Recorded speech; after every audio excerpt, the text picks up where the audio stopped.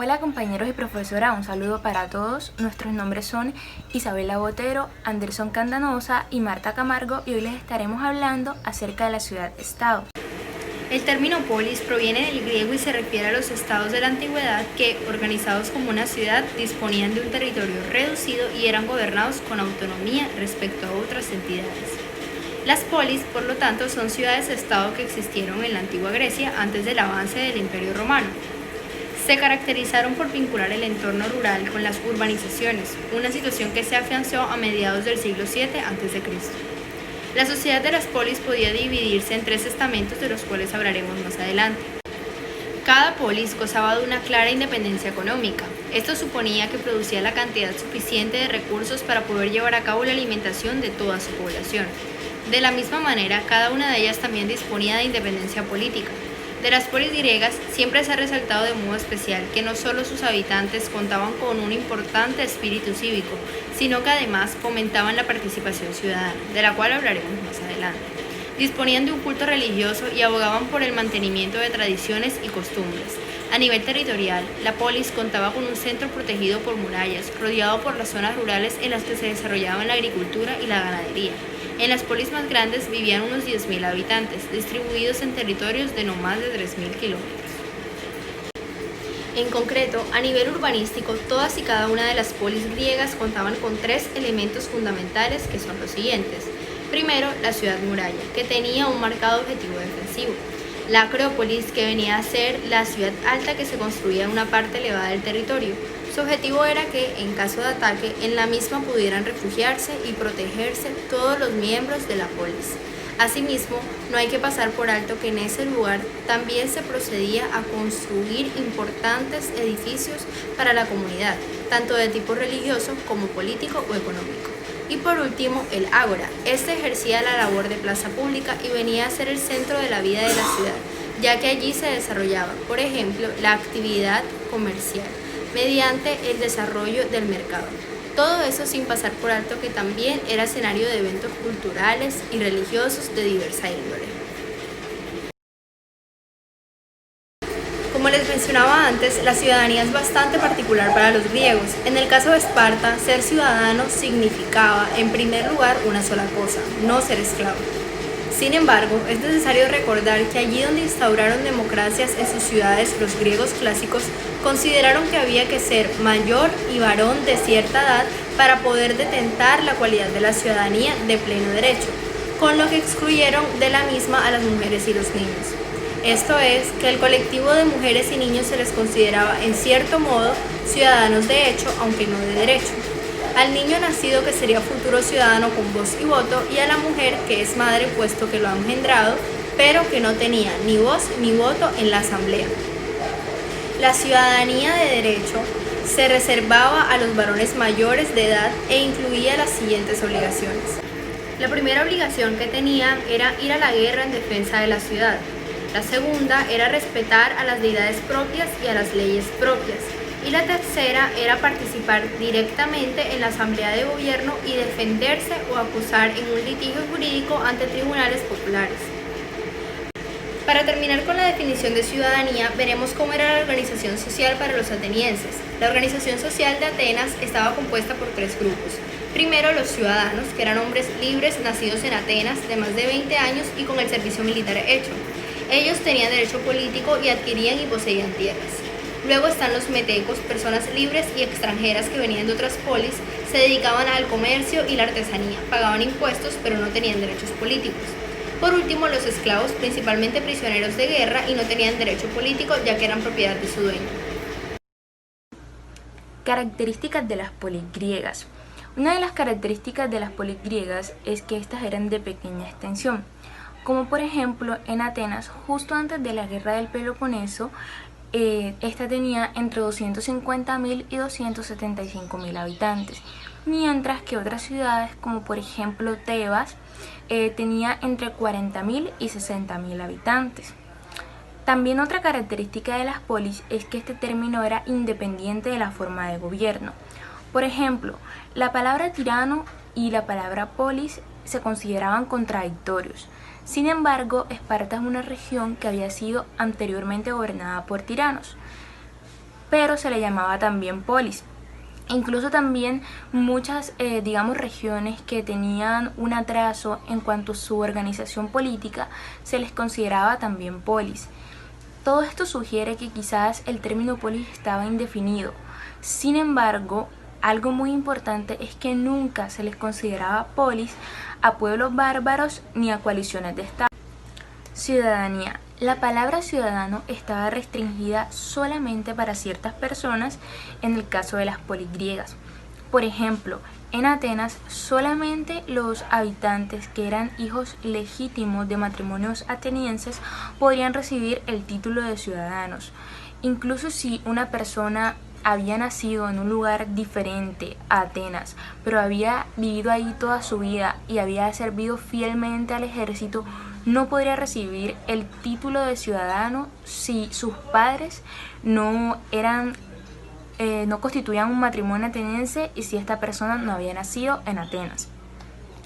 Otra característica importante era que los no ciudadanos tenían menos libertad que los demás habitantes.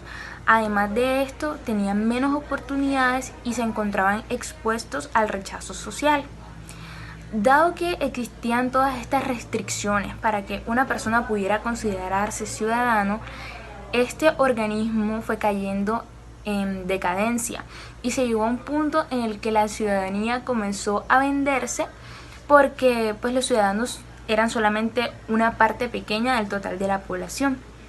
Esta realidad, junto con el hecho de que el poder en las polis griegas estaba reservado para ciertas élites, provocó que las clases sociales inferiores se rebelaran y de esta manera poco a poco se fue formando la democracia. Las guerras. Los motivos por los cuales se formaban guerras entre los griegos eran muy variados. Dentro de estos pudimos encontrar, por ejemplo, el deseo de alcanzar poder, el deseo de expandirse, de proteger suministros o también el deseo de recibir algún tributo por parte de otro pueblo. Sin embargo, entre guerras también se disfrutaba de ciertos periodos de paz.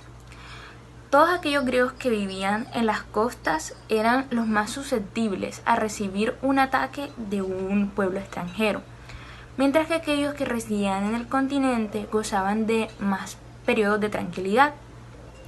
Uno de los pueblos que atacó a los griegos fueron los persas.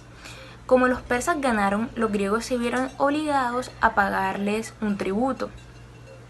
Los persas atacaron por segunda vez a los griegos, y en este enfrentamiento fue Atenas la ciudad que libró las mayores batallas, porque Atenas se constituyó un imperio muy fuerte, y en este segundo enfrentamiento los griegos ganaron, ya que Atenas usó una estrategia muy inteligente, la cual fue que ellos desalojaron la ciudad de manera que los persas entraran y atacaran. Luego los atenienses regresaron a la ciudad y atacaron a los persas, siendo los ganadores de este encuentro. Luego de esto se conformó la Liga de Delos. Este era un sistema en el que se les pagaba a ciertas personas para que trabajaran en los puertos griegos y ellos tenían que destruir cualquier barco persa que se encontrara en este puerto. Esto con el fin de detener cualquier tercer ataque. La guerra del Peloponeso. Esta guerra fue muy importante dentro de la historia griega, primeramente porque en esta participaron muchísimos estados y también porque en esta se provocó un gasto de recursos enorme y porque el poderío marítimo adquirió más importancia. Esta guerra consistió en un enfrentamiento entre Atenas y Esparta. Es cierto que estas dos ciudades habían sido amigas periodos anteriores, incluso tenían a los persas como un enemigo en común.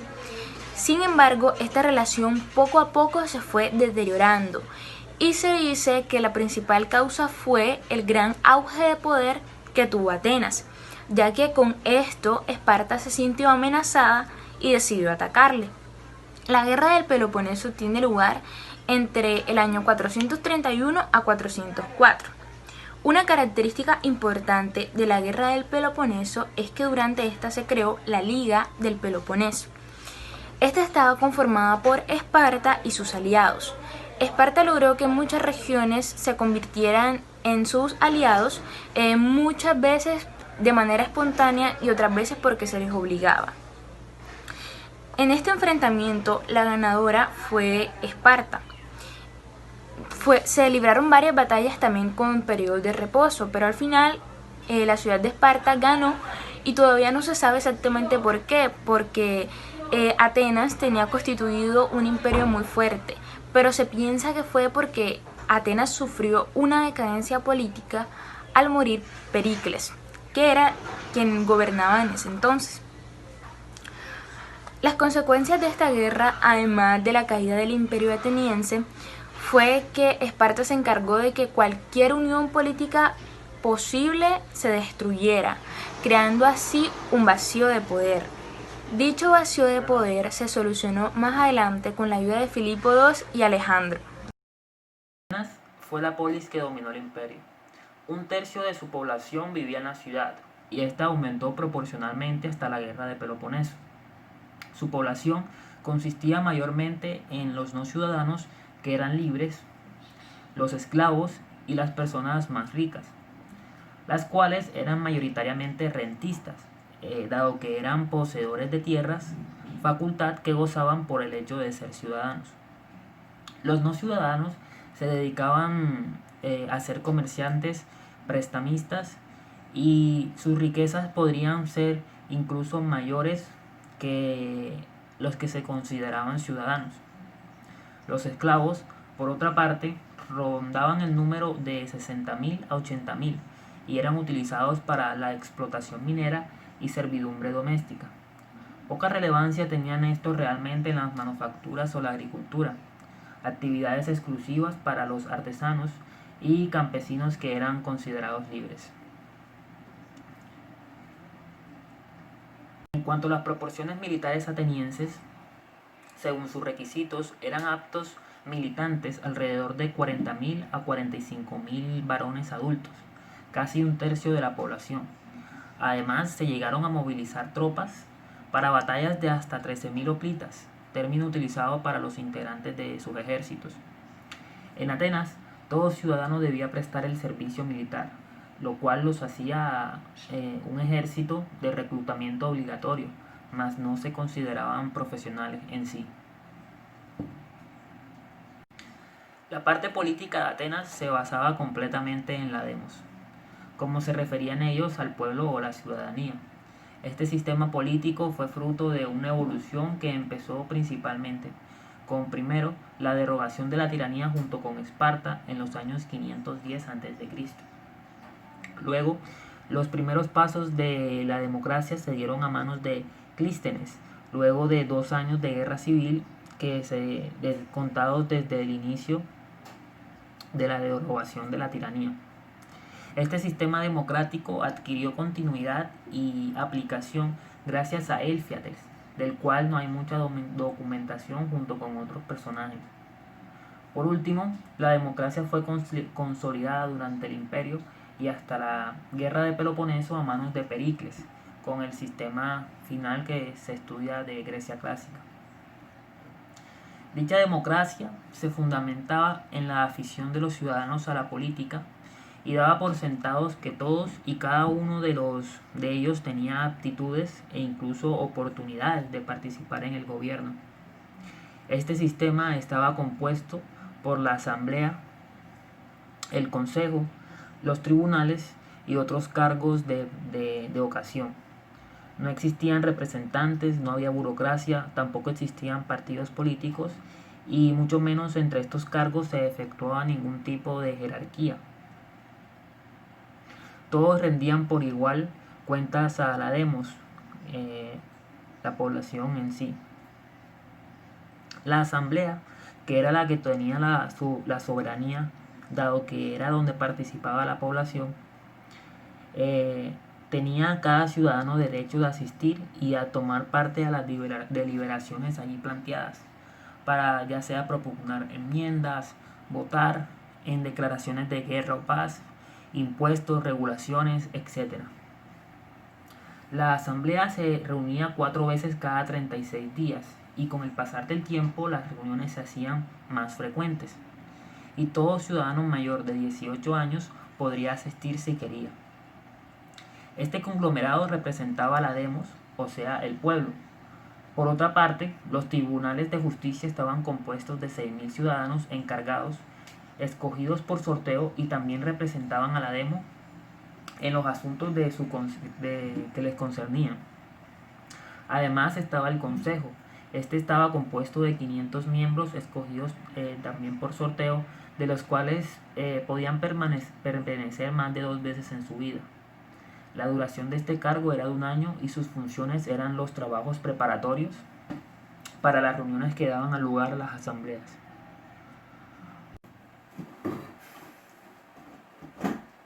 Las sesiones de asamblea se celebraban al aire libre, en lo alto de una pequeña loma llamada el Nix, donde se reunían unos millares de ciudadanos con el objetivo de debate. Previamente se cogía un presidente por sorteo cada día de entre los miembros del consejo. En este recinto cualquiera podía expresar su criterio. Como era la necesidad la oratoria para dar cuerpo a los debates, fueron tomando el liderazgo a los acaudalados por el hecho de tener el tiempo para dedicarse de facto a la política, haciendo de esta manera el término de los oradores. Estos personajes eran respaldados o contradichos por los demás ciudadanos presentes y sus propuestas eran respaldadas por sus seguidores. Sin embargo, nadie podía ir en representación de otra persona, y si querían exponer sus criterios era de suma importancia la presencia de dicho orador. Esparta. La población espartana era pequeña.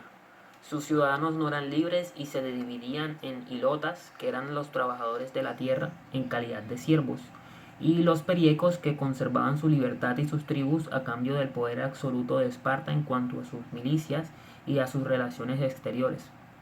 Esparta era como un campamento siempre puesto a las armas, lo cual fue el mecanismo que logró mantener a raya el orden social y las revueltas de esclavos. El sistema espartano como tal consistía en que su población en su totalidad era una milicia de profesionales, a los cuales se les educaba desde la infancia para que adquirieran 2 cualidades fundamentales: destreza militar y absoluta obediencia. Por este motivo eran excluidos de cualquier otra aspiración vocacional y se les hacía llevar una vida de campamento e instrucción continua, dispuestos a siempre adquirir los bienes y el campo por la fuerza frente a cualquier enemigo, fuese este extranjero o incluso otro hilota. Sus necesidades eran proveídas por ellos mismos y su educación corría a cargo del Estado.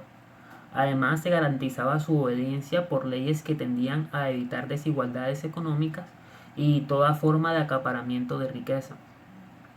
Se consideraba un sistema hermético y cerrado, que rozaba casi con el exclusivismo y la xenofobia. Dado que Esparta no destacaba por su tamaño poblacional, su milicia sufría proporcionalmente en números. El número más alto de espartanos que trabajaron juntos en una batalla se registran en 5.000 para la guerra de Platea del 479, y con el tiempo este número disminuyó estrepitosamente hasta no poder reunir ni 1.000 hombres. Sin embargo, contaban con una bravura y una disciplina militar que los elevó en supremacía, muy por encima de lo que su tamaño les hubiese permitido. Esto le valió para liderar la Liga Peloponésica, con los que podía compensar el tamaño de sus tropas en calidad de ayudas militares, llegando a convertirse en una verdadera potencia militar. Su estructura política consistía en la existencia de reyes, los cuales eran 2 cargos de manera hereditaria y cumplían la función de liderar los ejércitos. Había un consejo conformado por los 2 reyes junto con otros 28 miembros adicionales que eran elegidos de por vida entre los ciudadanos mayores de 60 años. También existía una asamblea, la cual estaba constituida por los ciudadanos, pero estos ejercían un papel pasivo y no podían proponer ni modificar nada en cuestión, y se limitaban solo a aprobar o denegar lo que el consejo estipulaba. Por otra parte, estaban los éforos, que eran los más poderosos y eran escogidos de entre cinco de entre los ciudadanos para construir este grupo. A este grupo les era competente la supervisión general de los asuntos del Estado e importantes cuestiones judiciales en sí.